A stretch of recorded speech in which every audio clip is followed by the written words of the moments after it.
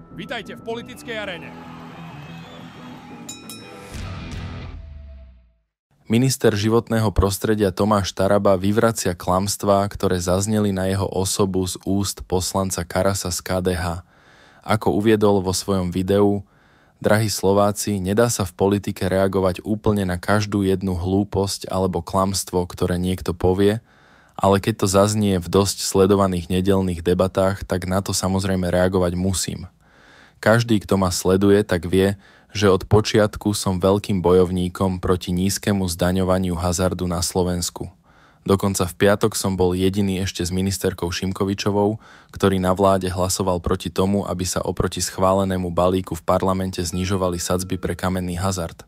A dodnes nerozumiem, aký sociálny demokrat môže hlasovať v čase, kedy idú všetky sadzby hore, kedy idú všetky poplatky hore, kedy sa idú viac zdaňovať rôzne skupiny obyvateľstva, môže hlasovať za to, že sa znižuje daň pre hazard.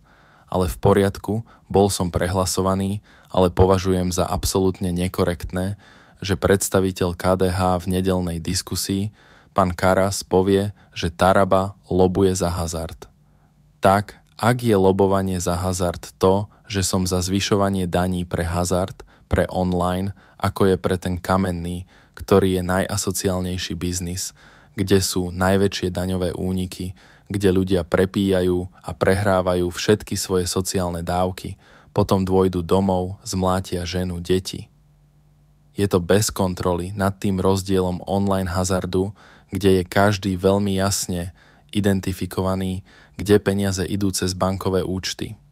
A to, čo sa udialo, je, že my ideme zvýhodňovať na Slovensku práve tento asociálny hazard. Považujem za veľmi zlý signál do spoločnosti, ale v poriadku. Tí, čo toto pretláčajú a tí, čo za toto hlasovali, nech si za to nesú pred ľuďmi zodpovednosť, ale ja a moja pozícia je veľmi jasná a ten postoj som vyjadril v piatok. Takže, pán Karas, verím, že týmto či už chceným alebo nechceným klamstvám sa v debatách vyhnete a budete hovoriť pravdu. A tá pravda je to, že ak niekto je proti nízkemu zdaňovaniu hazardu, tak to som ja. Pre viac politických konfrontácií dajte odber. Toto bola politická aréna.